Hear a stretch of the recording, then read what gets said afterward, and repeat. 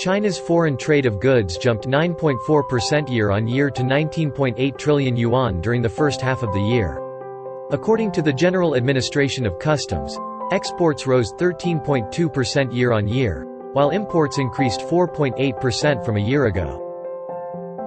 In the first half of this year, trade was resilient.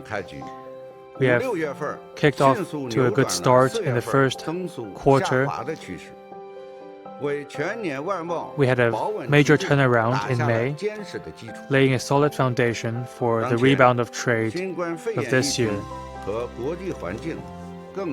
COVID situation and the international dynamics are becoming more complex. We are still facing uncertainties and instabilities in our foreign trade. We are still facing pressure to stabilize it and improve its quality. We also need to see that we have a resilient economy, and the economy is turning for the better. We have sound fundamentals. As we are delivering on the package of stabilizing policies, and as we are resuming work in production, trade is expected to grow steadily.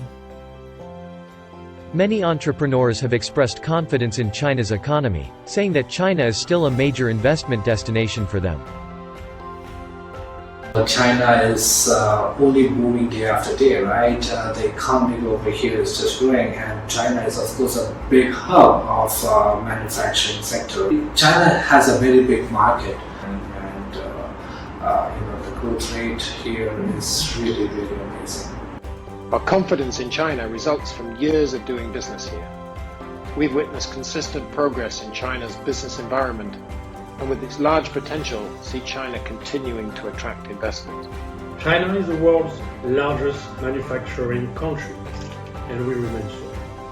It will become the largest high-quality consumer market, and we have confidence in the Chinese market.